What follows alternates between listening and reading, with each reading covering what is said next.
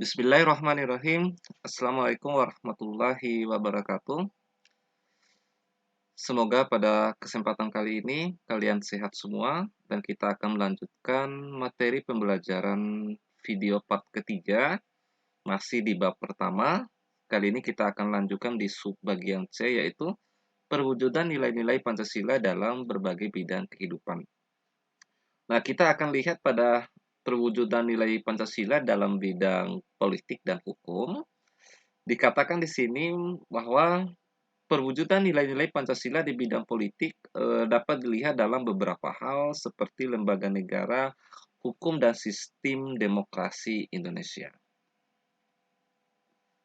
Perwujudan nilai dapat dilihat pada perkembangan kebutuhan masyarakat dan negara mengenai lembaga negara. Indonesia memiliki lembaga negara seperti MPR, DPR, Presiden, MA, MK, Mahkamah Konstitusi, KY, dan BPK. Dan hal ini sudah tertuang dalam Undang-Undang Negara Republik Indonesia tahun 1945. Pak Guru jelaskan sedikit terkait nilai Pancasila dalam bidang politik dan hukum, bahwa bangsa Indonesia menghargai hak asasi manusia sesuai dengan nilai-nilai Pancasila. Bukan berarti hak asasi manusia yang mengutamakan kebebasan individual atau mengutamakan kewajiban tanpa menghargai hak individu. Namun, hak asasi manusia ini yang menjaga keseimbangan antara hak dan kewajiban. Hak asasi manusia ini biasa dikenal dengan sebutan HAM yang dijiwai oleh nilai ketuhanan yang Maha Esa yang tercantum dalam sila pertama, kemanusiaan yang adil dan beradab pada sila kedua, persatuan Indonesia sila ketiga, dan kerakyatan yang dipimpin oleh hikmat kebijaksanaan dalam permusyawaratan atau perwakilan sila keempat, dan sila terakhirnya adalah keadilan sosial bagi seluruh rakyat Indonesia. Demokrasi yang kita jalankan di Indonesia ini merupakan demokrasi Pancasila yang berlandaskan pada ideologi dasar negara, yaitu Pancasila. Di mana suatu sistem demokrasi yang tumbuh dari tradisi nilai-nilai budaya bangsa. Demokrasi yang mengutamakan demokrasi yang kita gunakan di Indonesia ini adalah mengutamakan musyawarah dan mufakat secara kekeluargaan. Apabila mufakat dan secara kekeluargaan ini tidak memiliki jalan atau solusi, makalah mengambil jalan yang terakhir yaitu pengambilan voting atau surat terbanyak yang sering kita lihat pada pemilihan-pemilihan gubernur, wali kota, DPR, bahkan sampai presiden. Dengan kata lain, artinya demokrasi yang ada di Indonesia ini tidak mementingkan kaum minoritas ataupun mayoritas, melainkan demokrasi semuanya merata. Kita tahu bahwa di bangsa Indonesia ini adalah mayoritas Muslim, tapi penerapan demokrasi itu tidak membedakan hal seperti itu. Di mana pada sistem yang mengutamakan kekeluargaan, bukan kepentingan individual atau golongan. Salah satu contoh yang sering kalian lihat nyata adalah penerapan nilai Pancasila dalam bidang politik dan hukum adalah salah satunya pemilihan. Kita baru saja di Kabupaten Nabire ini baru saja selesai pemilihan bupati dan itu adalah suasana yang sangat demokratis. Kemudian yang kedua,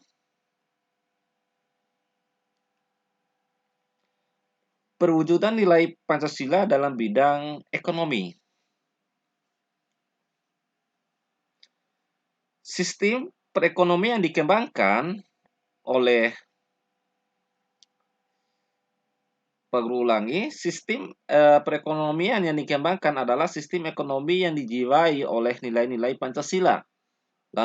Landasan operasional sistem ekonomi yang berdasarkan nilai-nilai Pancasila ini ditegaskan dalam Undang-Undang Dasar Negara Republik Indonesia tahun 1945, tepatnya pasal 33 yang menyatakan beberapa hal sebagai berikut.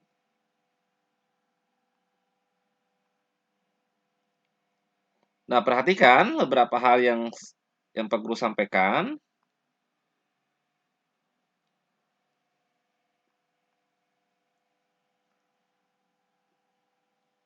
Nah, pada bidang ekonomi ini, yang bunyi pasal 33 itu bagian A menyatakan perekonomian disusun sebagai usaha-usaha bersama berdasarkan atas asas kekeluargaan. Cabang-cabang produksi yang penting bagi negara dan menguasai hajat hidup orang banyak dikuasai oleh negara. Bumi dan air dan seluruh kekayaan alam yang terkandung di dalamnya, artinya yang terkandung dalam Indonesia ini dikuasai oleh negara dan dipergunakan sebesar-besarnya untuk kemakmuran rakyat.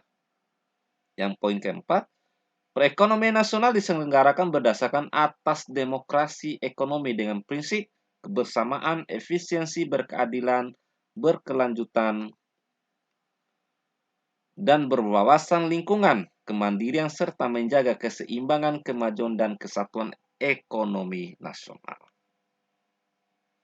Nah, itulah beberapa poin perwujudan nilai Pancasila di bidang politik tadi sudah, kemudian bidang hukum sudah, ini masih bicara hukum, ini masih bagaimana Pancasila musyawarah mufakat masih hukum. Di bidang sosial budaya, pertahanan. Oke, nanti kita lanjut di yang lainnya. Di slide ini belum ada penjelasan tentang perwujudan nilai Pancasila dalam bidang ekonomi.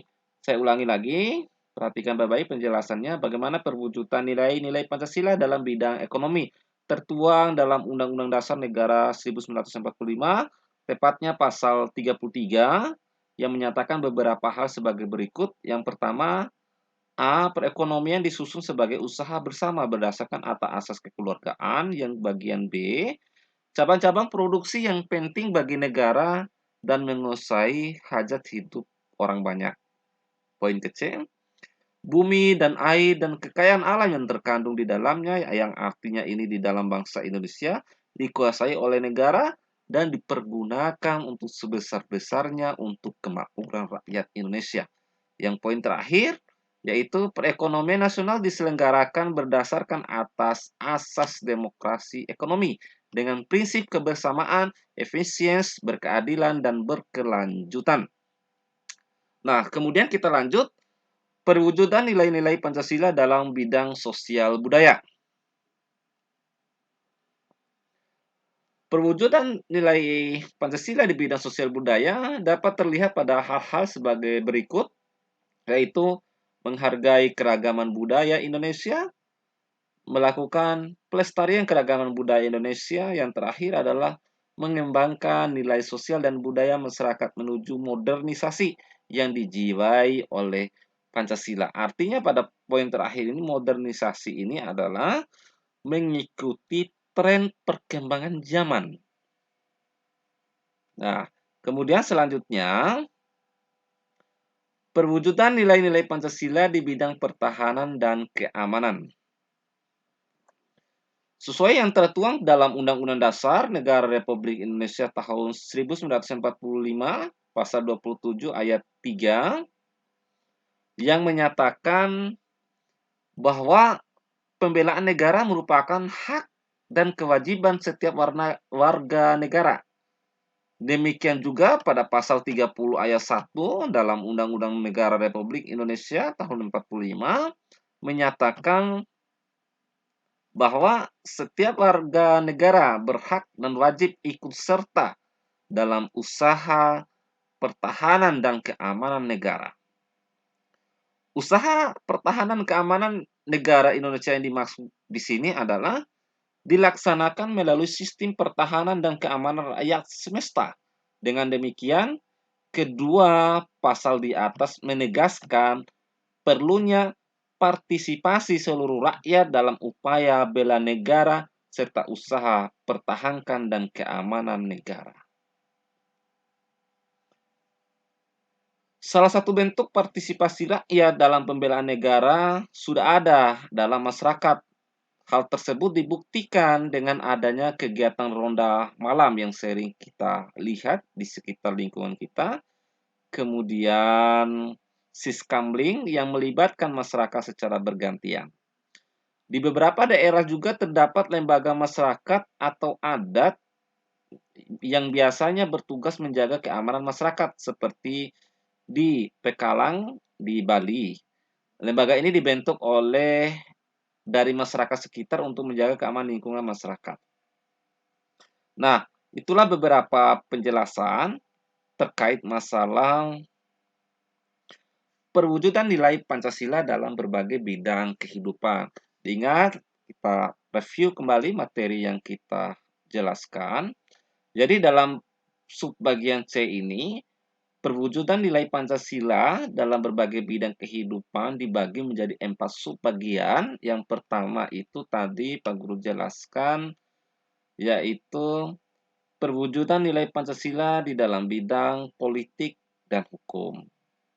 Kemudian di dalam politik dan hukum ini adanya lembaga pemerintah sebagai bidang politiknya.